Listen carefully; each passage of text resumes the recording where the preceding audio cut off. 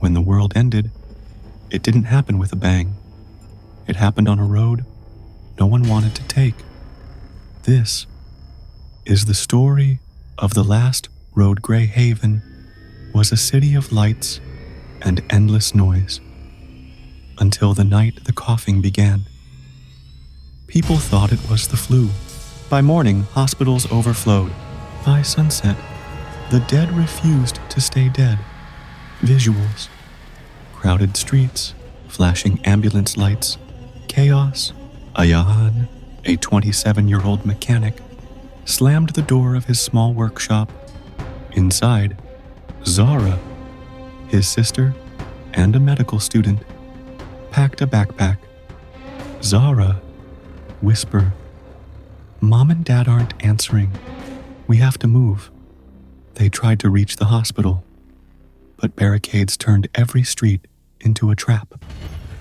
Helicopters thundered overhead, then silence, except for the low growl of something not quite human. A faint radio broadcast crackled. "North Ridge Safe Zone. Take the old highway." Ayan gripped the wheel of his battered Jeep. The old road it is. The old highway stretched into mist, littered with overturned cars and the stench of burning fuel. Night fell. Shadows shifted. A figure flagged them down. Imran, a weathered truck driver, and beside him, Lena, a school teacher clutching a rusted crowbar. "Imran, if you're headed north, you'll need more eyes. We travel together." They agreed. Rain hammered the cracked asphalt as they approached an ancient steel bridge, half collapsed, groaning in the storm. Below, hundreds of dead writhed. Lightning lit the sky as Ayan gunned the engine.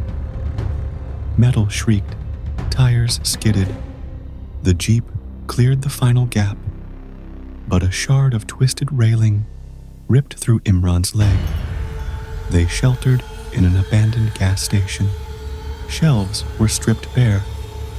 Zara cleaned Imran's wound, but his fever spiked. "Lena, he's infected. We can't risk." "Ayan, we don't leave people behind." Before dawn, headlights pierced the dark. Raiders. Gunshots shattered the silence. Ayan fought fiercely, smashing a raider against the pump. Blood sprayed. The man didn't get up. The human threat felt worse than the undead. Hours later, Imran's breathing turned ragged. His eyes clouded gray. Zara's hands trembled as she held a wrench. Imran looked at her, a sad smile. "Do it, before I hurt you." A single, echoing strike. Silence. Days bled together. They finally reached North Ridge, but the safe zone was nothing but charred ruins. Smoke curled from blackened towers. A handful of survivors emerged, faces gaunt, eyes sharp. They called themselves the New Order. Their leader, a scarred woman named Mara, stepped forward. "Mara, strangers bring death. Prove you're worth the air you breathe." The group debated joining, but Zara clutched a faded map. A symbol marked an old military lab. "Zara, if the cure exists, it's there." Mara laughed. "Cure? Hope's a ghost." But Ayan chose the lab.